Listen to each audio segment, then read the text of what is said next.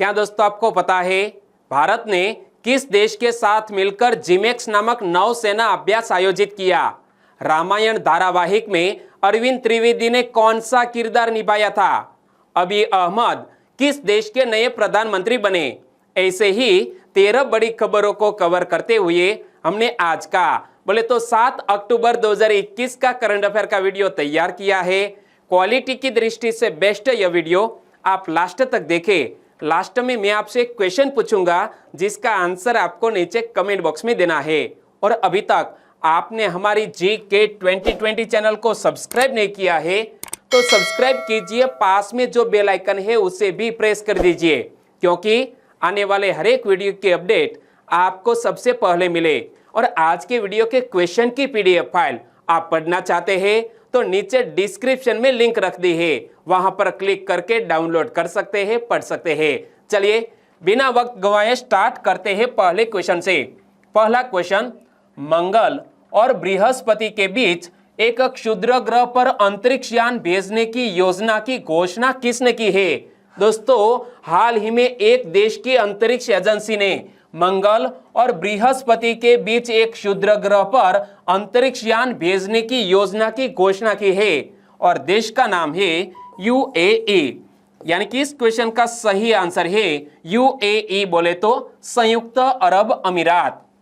संयुक्त अरब अमीरात ने ब्रह्मांड की उत्पत्ति के संबंध में आंकड़े एकत्र करने के मकसद से मंगल और बृहस्पति के बीच एक क्षुद्र ग्रह पर अंतरिक्ष यान भेजने की योजना की घोषणा की। दोस्तों किस मकसद से यह योजना तैयार की जा रही है? तो ब्रह्मांड की उत्पत्ति के संबंध में आंकड़े एकत्र करने के मकसद से UAE यह मिशन लॉन्च करने वाला है और यह तेल के मामले में समृद्ध देश के महत्वाकांक्षी अंतरिक्ष कार्यक्रम की नवीनतम परियोजना है। और इस परियोजना के तहत 2028 में 2028 में प्रक्षेपण और 2033 में लैंडिंग का लक्ष्य है। UAE ने इस परियोजना के लिए एक लक्ष्य भी तय किया है कि 2028 में प्रक्षेपण किया जाएगा और 2033 में लैंडिंग किया जाएगा और 5 साल की यात्रा में अंतरिक्ष यान करीब 3.6 अरब किलोमीटर की दूरी तय करेगा। क्या यह अंतरिक्ष यान करीब 5 साल में कितनी दूरी तय करेगा? 3.6 अरब किलोमीटर की दूरी तय करेगा। और UAE की अंतरिक्ष एजेंसी इस परियोजना के लिए कोलोराडो विश्वविद्यालय में वायुमंडलीय विज्ञान और भौतिकी प्रयोगशाला के साथ साझेदारी करेगी। तो UAE की अंतरिक्ष एजेंसी किसके साथ इस परियोजना के लिए साझेदारी करेगी? कोलोराडो विश्वविद्यालय में वायुमंडलीय विज्ञान और भौतिकी प्रयोगशाला के साथ साझेदारी करेगी। और UAE ने फरवरी में अपने एक अंतरिक्ष यान को मंगल की कक्षा में सफलतापूर्वक स्थापित किया था और यह बात भी मैंने आपको बताई थी। और संयुक्त अरब अमीरात की योजना 2024 में चंद्रमा पर एक मानव रहित अंतरिक्ष यान भेजने की भी है। तो UAE की अंतरिक्ष एजेंसी के कुछ महत्वपूर्ण मिशन है, जैसा कि UAE की अंतरिक्ष एजेंसी 2024 में चंद्रमा पर एक मानव रहित अंतरिक्ष यान भेजेगी और उसने 2117 तक, कब? आज से 100 साल बाद की भी योजना बना ली है कि उसने 2117 तक मंगल ग्रह पर एक मानव कॉलोनी बनाने का महत्वाकांक्षी लक्ष्य भी निर्धारित किया है। UAE की अंतरिक्ष एजेंसी ने यह मंगल ग्रह पर एक मानव कॉलोनी बनाने का महत्वाकांक्षी लक्ष्य भी तय किया है। और दोस्तों इसी तरह हर क्वेश्चन से जुड़े इंपॉर्टेंट फैक्ट मैं आपके सामने रखता हूं। हमारा यह तरीका आपको अच्छा लगता है, लाइक करना मत भूलिएगा। दूसरा क्वेश्चन है आपकी स्क्रीन पर, भारत ने किसके साथ मिलकर नौसेना अभ्यास जिमेक्स आयोजित किया? दोस्तों यह नौसेना अभ्यास के नाम से ही आंसर पता चल जाता है, जापान इंडिया एक्सरसाइज यानी कि जिमेक्स। तो भारत ने हाल ही में जापान देश के साथ मिलकर यह नौसेना अभ्यास आयोजित किया जिसका नाम है जिमेक्स। और भारत और जापान के बीच 3 दिन का नौसेना अभ्यास जिमेक्स कहां शुरू हुआ है? अरब सागर में शुरू हुआ है। दोस्तों लोकेशन भी याद रख लो कि यह जिमेक्स नामक नौसेना अभ्यास कहां आयोजित हो रहा है? अरब सागर में। और दोनों देशों के बीच पहला नौसेना अभ्यास कब हुआ था? यह पहला नौसेना अभ्यास जनवरी 2012 में हुआ था। साल 2020 में यह अभ्यास सितंबर में हुआ था और यह दोनों देशों की नौसेनाओं के बीच 7वां अभ्यास है। कोई भी थल सेना, वायुसेना या नौसेना अभ्यास है, इसके पीछे का कोई स्पेशल पर्पज होता है। तो वर्ष 2021 के जिमेक्स नामक नौसेना अभ्यास का उद्देश्य क्या है? संचालन प्रक्रियाओं की साझा समझ विकसित करना और विभिन्न क्षेत्रों में समुद्री सहयोग के अत्याधुनिक अभ्यास के जरिए आपसी संचालन क्षमता बढ़ाना है। और यहाँ हमने जब जिमेक्स नामक नौसेना अभ्यास जापान देश के साथ आयोजित किया है, तो जापान देश के हाल ही में नए प्रधानमंत्री कौन बन गए हैं? इमेज में आप देख सकते हैं, फूमियो किशिदा जापान देश के नए प्रधानमंत्री बन गए हैं। और फूमियो किशिदा ने किसका स्थान लिया है? योशिहिदे सुगा का स्थान लिया है। जापान की संसद ने पूर्व विदेश मंत्री फूमियो किशिदा को देश के नए प्रधानमंत्री के तौर पर चुना है और वे जापान के 100वें प्रधानमंत्री है। क्या जापान के 100वें प्रधानमंत्री कौन बने हैं? Fumio Kishida. और उन्होंने प्रधानमंत्री योशिहिदे सुगा का स्थान लिया।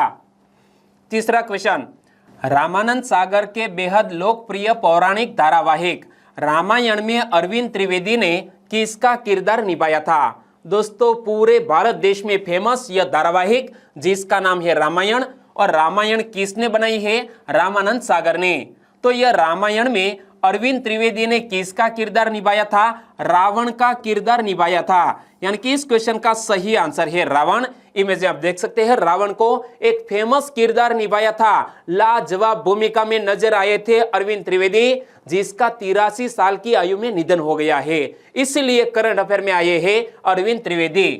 दूरदर्शन पर प्रसारित हुए रामानंद सागर के बेहद लोकप्रिय पौराणिक धारावाहिक बोले तो रामायण में रावण का किरदार निभाने वाले अभिनेता अरविंद त्रिवेदी जी का निधन हो गया और वह 83 साल के थे और लंबे समय से उम्र संबंधी बीमारियों से जूझ रहे थे और हार्ट अटैक की वजह से दोस्तों मंगलवार की रात को निधन हो गया।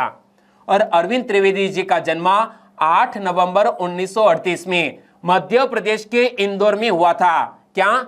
मध्य प्रदेश के इंदौर में अरविंद त्रिवेदी जी का जन्म हुआ था 8 नवंबर 1938 को। और उनका शुरुआती करियर गुजराती रंगमंच से शुरू हुआ और लंकेश यानी अरविंद त्रिवेदी जी ने लगभग 300 हिंदी और गुजराती फिल्मों में अभिनय किया था।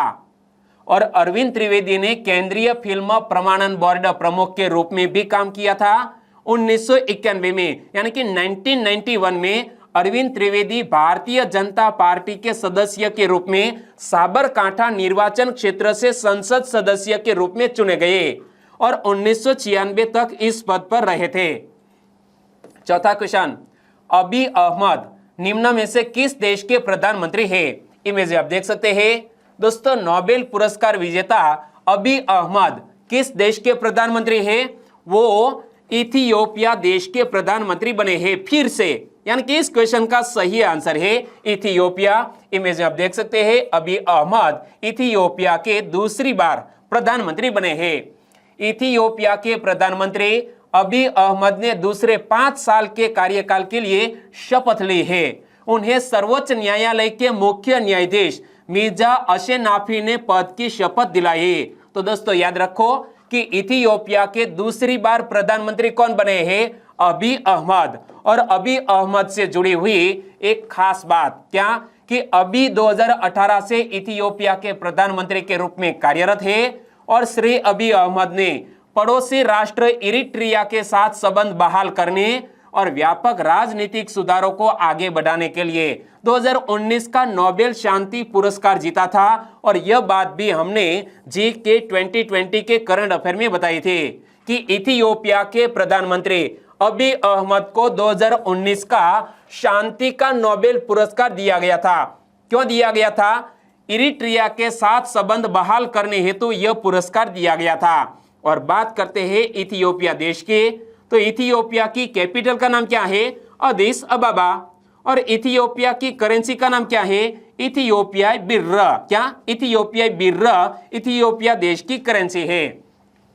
पांचवा क्वेश्चन, शुकुरो मनाबे, क्लॉस हेसलमैन और जॉर्जियो पारिसी को किस क्षेत्र में नोबेल पुरस्कार दिया गया है?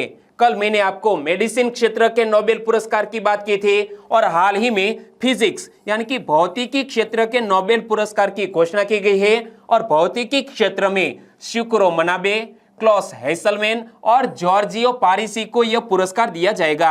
यानी कि इस क्वेश्चन का सही आंसर है फिजिक्स और तीनों को इमेज में आप देख सकते हैं, शुकुरो मनाबे, क्लॉस हेसलमैन और जॉर्जियो पारिसी। तो देखो, जलवायु संबंधी खोज के लिए किस उद्देश्य से, कौन सी महत्वपूर्ण खोज के लिए यह पुरस्कार दिया गया है? जलवायु संबंधी खोज के लिए भौतिकी विज्ञान के लिए वर्ष 2021 का नोबेल पुरस्कार अमेरिका के शुकुरो मनाबे, जर्मनी के क्लॉस हेसलमैन और इटली के जॉर्जियो पारिसी को देने की घोषणा की गई है। और अमेरिका के प्रिंसटन विश्वविद्यालय के शुकुरो मनाबे और जर्मनी के मैक्स प्लांक मौसम विज्ञान संस्थान के क्लॉस हेसलमैन को पुरस्कार की आधी राशि मिलेगी और शेष आधी राशि इटली के सेपिएंजा विश्वविद्यालय के जॉर्जियो पारिसी को दी जाएगी। यानी कि 25-25% और 50% इसी तरह की इनामी राशि को विभाजित किया गया है। और भौतिकी विज्ञान के लिए नोबेल पुरस्कार कौन प्रदान करता है? Royal Swedish academy of sciences भौतिकी विज्ञान के लिए नोबेल पुरस्कार प्रदान करता है। और यहां पर देख सकते हैं ऑफिशियल लोगो, यह है royal Swedish academy of sciences का ऑफिशियल लोगो। और इस पुरस्कार को हासिल करने वालों को एक स्वर्ण पदक के साथ 1.14 मिलियन डॉलर नकद इनाम भी दिया जाता है। और वर्ष 2020 में भौतिकी विज्ञान का नोबेल पुरस्कार किसको मिला था, वो भी तो हमें याद रख लेना चाहिए। 2020 में भौतिकी विज्ञान का नोबेल पुरस्कार 3 व्यक्तियों को दिया गया था। अमेरिकी वैज्ञानिक आंड्रिया घेज, ब्रिटेन के रोजर पेनरोज और जर्मनी के रिनार्ड गेंजेल को दोस्तों ब्लैक होल्स पर रिसर्च के लिए यह फिजिक्स का नोबेल पुरस्कार दिया गया था 2020 का। छठा question, ISSF junior world championship में ऐश्वर्य प्रताप सिंह तोमर ने कौन सा पदक जीता? इमेज आप देख सकते हैं, ऐश्वर्य प्रताप सिंह ने गोल्ड मेडल जीतकर देश का गौरव बढ़ाया है। यानी कि इस क्वेश्चन का सही आंसर है स्वर्ण पदक। पेरू की राजधानी लीमा में ISSF जूनियर विश्व निशानेबाजी चैंपियनशिप में ऐश्वर्य प्रताप सिंह तोमर ने पुरुषों की 50 मीटर राइफल 3 पोजीशन के फाइनल में नया विश्व रिकॉर्ड बनाते हुए स्वर्ण पदक जीत लिया है। एक सिंपल सा क्वेश्चन यह भी पूछा जा सकता है कि हाल ही में सुर्खियों में रहे ऐश्वर्य प्रताप सिंह तोमर कौन है? एक भारत देश के जाने माने निशानेबाज है और कौन सी इवेंट में स्वर्ण पदक जीता है? पुरुषों की 50 मीटर राइफल 3 पोजीशन के फाइनल में एक नया कीर्तिमान स्थापित करते हुए गोल्ड मेडल जीता है। और महिला वर्ग की बात करें तो महिला वर्ग में भारत की 14 वर्षीय निशानेबाज नामिया कपूर ने मनु भाकर को पीछे छोड़कर महिलाओं की 25 मीटर पिस्टल स्पर्धा का स्वर्ण पदक जीता है। क्या बात है, ओनली फॉर 14 वर्षीय निशानेबाज नामिया कपूर ने मनु भाकर को पीछे छोड़ते हुए महिलाओं की 25 मीटर पिस्टल स्पर्धा का स्वर्ण पदक जीता। और नामिया स्वर्ण पदक जीतने वाली भारत की सबसे कम उम्र की निशानेबाज बन गई है। दोस्तों यहां से क्वेश्चन निकल सकता है कि भारत की स्वर्ण पदक जीतने वाली सबसे कम उम्र की निशानेबाज कौन बनी? तो हमारा आंसर होना चाहिए नामिया कपूर। ओके, सातवां क्वेश्चन, हाल ही में बच्चों के मानसिक स्वास्थ्य से संबंधित एक रिपोर्ट किसने प्रकाशित की? हाल ही में बच्चों के मानसिक स्वास्थ्य से संबंधित एक रिपोर्ट प्रकाशित की है यूनिसेफ ने। यानी कि इस क्वेश्चन का सही आंसर है यूनिसेफ। केंद्रीय स्वास्थ्य मंत्री मनसुख मांडविया ने नई दिल्ली में बच्चों के मानसिक स्वास्थ्य से संबंधित एक रिपोर्ट जारी की है और संयुक्त राष्ट्र बाल कोष यानी कि यूनिसेफ द्वारा प्रकाशित इस रिपोर्ट में बच्चों के मानसिक स्वास्थ्य पर कोविड महामारी के प्रभाव का विवरण दिया गया है। क्या इस रिपोर्ट में बच्चों के मानसिक स्वास्थ्य पर कोविड महामारी के प्रभाव का विवरण दिया गया है? और हमारे वर्तमान केंद्रीय स्वास्थ्य मंत्री कौन है? मनसुख मांडविया। इमेज में आप देख सकते हैं रिपोर्ट को प्रस्तुत करते हुए। और रिपोर्ट के अनुसार भारत में 15 से 24 वर्ष आयु वर्ग के लगभग 14% लोगों ने अक्सर उदास महसूस करने या काम करने में कम रुचि होने की बात कही है। 8वां क्वेश्चन, किस प्रख्यात स्वतंत्रता सेनानी को सीमांत गांधी के नाम से जाना जाता है? यूं तो हिस्ट्री का क्वेश्चन है, लेकिन करंट अफेयर में क्यों आया वो आपको पता है।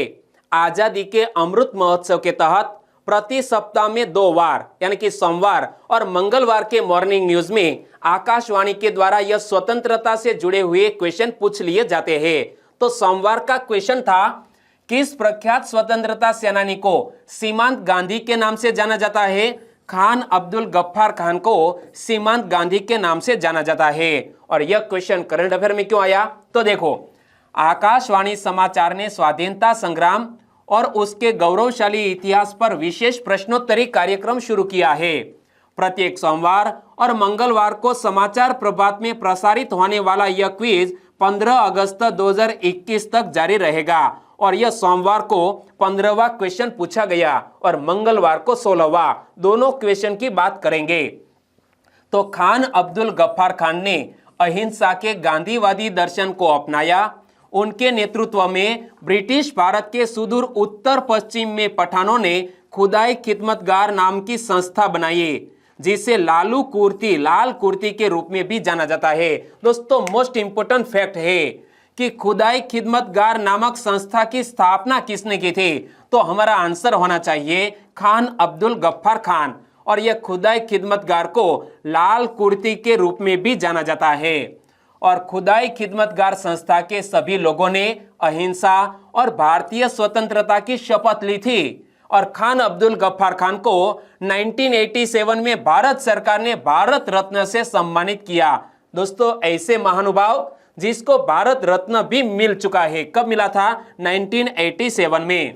और 9वां क्वेश्चन, जो मंगलवार को आकाशवाणी के मॉर्निंग न्यूज में पूछा गया था, भारत का कौन सा शहर ब्रिटिश राज में ग्रीष्मकालीन राजधानी के रूप में काम करता था और उसे पहाड़ों की रानी कहा जाता था? दोस्तों, यहां एक हिंट भी दी गई है कि पहाड़ों की रानी भी कहा जाता था। ऐसा कौन सा शहर जिसे ब्रिटिश राज में ग्रीष्मकालीन राजधानी के रूप में काम करता था? सही आंसर है शिमला। क्या शिमला शहर को ब्रिटिश राज में ग्रीष्मकालीन राजधानी के रूप में काम करता था और शिमला शहर को पहाड़ों की राजधानी भी कहा जाता था। यानी कि इस क्वेश्चन का सही आंसर है शिमला। इमेज में आप देख सकते हैं, बहुत ही सुहावना यह दृश्य। 1864 में शिमला को भारत में ब्रिटिश राज की ग्रीष्मकालीन राजधानी घोषित किया गया था। कब? 1864 में शिमला को भारत में ब्रिटिश राज की ग्रीष्मकालीन राजधानी यानी कि समर कैपिटल घोषित किया गया था। और शिमला उत्तर भारत के राज्य हिमाचल प्रदेश की कैपिटल तथा सबसे बड़ा नगर भी है। और शिमला से जुड़ी हुई कुछ महत्वपूर्ण बातें मैं आपके सामने रखने जा रहा हूं। तो शिमला एक लोकप्रिय पर्यटन स्थल। शिमला को अक्सर पहाड़ों की रानी के नाम से जाना जाता है। क्या? पहाड़ों की रानी के नाम से शिमला को जाना जाता है। यूनेस्को द्वारा विश्व विरासत स्थल के रूप में घोषित ब्रिटिश निर्मित कालका शिमला रेलवे लाइन भी एक प्रमुख पर्यटक आकर्षण है। तो दोस्तों, याद रखो कि यूनेस्को ने यह कालका शिमला रेलवे लाइन को वर्ल्ड हेरिटेज साइट में शामिल किया है, वो भी शिमला में स्थित है। और अपने कठोर इलाके के कारण Shimla mountain biking race MTB Himalaya की मेजबानी करता है, जो सर्वप्रथम 2005 में शुरू हुआ और दक्षिण एशिया में अपनी तरह का सबसे बड़ा आयोजन माना जाता है। किसे? यह शिमला माउंटेन बाइकिंग रेस को। और शिमला में दक्षिण एशिया का सबसे बड़ा प्राकृतिक आइस स्केटिंग रिंक भी है। क्या? दक्षिण एशिया का सबसे बड़ा प्राकृतिक आइस स्केटिंग रिंक भी है। कहां पर? शिमला में। 10वां क्वेश्चन, निम्न में से किस राज्य में भारतीय मोर ने एक शख्स को टक्कर मार दी जिसके बाद उसकी मौत हो गई? क्या बात है कि एक राज्य में भारतीय मोर ने एक शख्स को टक्कर मार दी जिसके बाद शख्स की मौत हो गई। किस राज्य में? केरल राज्य में। यानी कि इस क्वेश्चन का सही आंसर है केरल राज्य। हाल ही में केरल में पीफाउल, क्या? पीकॉक को पीफाउल भी कहा जाता है और जिसका दोस्तों एक और भी नाम है। क्या? पावो क्रिस्टोटस। तो केरल में पीफाउल यानी भारतीय मोर ने एक शख्स को टक्कर मार दी, जिसके बाद उसकी मौत हो गई। और इस घटना ने केरल में भारतीय मोर की बढ़ती आबादी पर प्रकाश डाला है।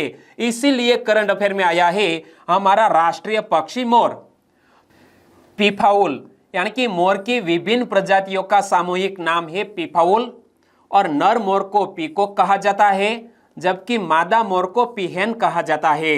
और मोर भारत का राष्ट्रीय पक्षी भी है। और आगे मैं आपको बताऊं तो मोर की दो सबसे अधिक पहचानी जाने वाली प्रजातियां हैं। इनमें से एक है नीला या भारतीय मोर, जो भारत और श्रीलंका में पाया जाता है।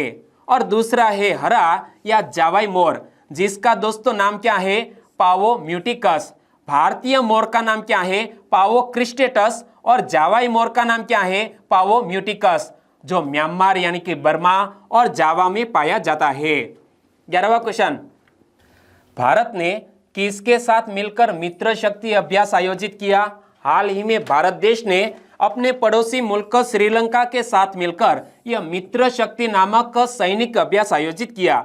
यानी कि इस क्वेश्चन का सही आंसर है श्रीलंका, और यह 8वीं एडिशन है।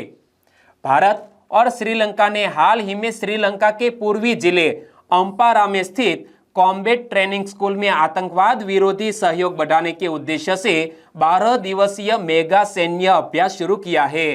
तो दोस्तों याद रखो कि यह सैन्य अभ्यास कहां आयोजित किया गया है? तो अंपारा में स्थित कॉम्बैट ट्रेनिंग स्कूल में आयोजित किया गया है। कितने दिनों तक चलेगा? 12 दिनों तक चलेगा। किस उद्देश्य से आयोजित किया गया है? आतंकवाद विरोधी सहयोग बढ़ाने के उद्देश्य से।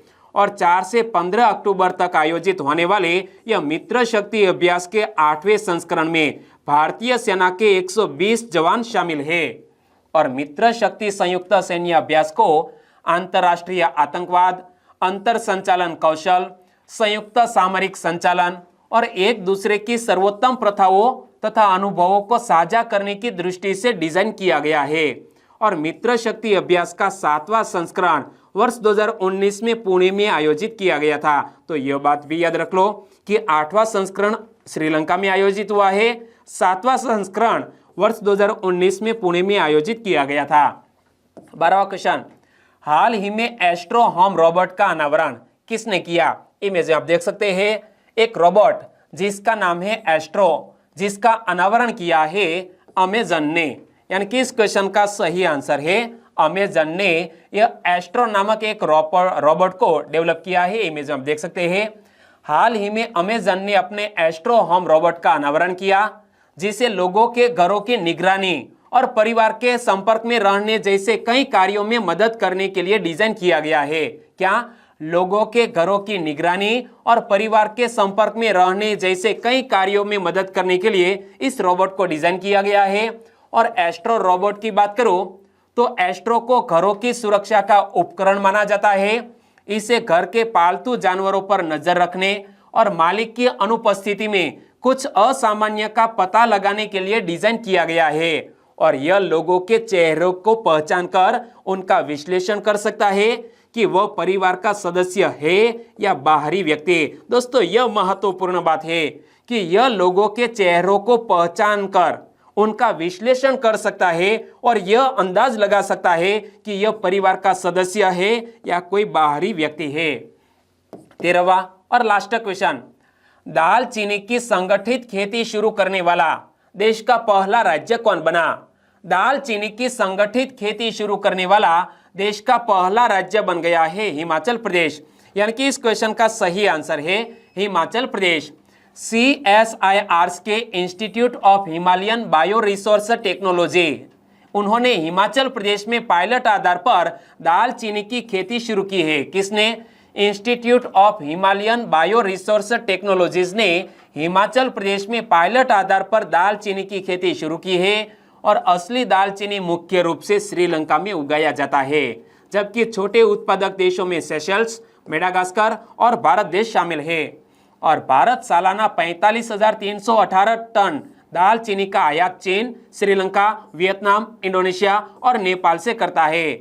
और हिमाचल प्रदेश ने दोस्तों यह महत्वपूर्ण कदम उठाया है। तो हिमाचल प्रदेश के वर्तमान राज्यपाल कौन है? राजेंद्र विश्वनाथ आर्लेकर। और हिमाचल प्रदेश के मुख्यमंत्री कौन है? जयराम ठाकुर। और अब बात करते हैं लास्ट वीडियो के क्वेश्चन की। लास्ट वीडियो में मैंने आपसे क्वेश्चन पूछा था, आजकल सुर्खियों में रहने वाला टर्म आईपीओ का पूर्ण स्वरूप क्या है?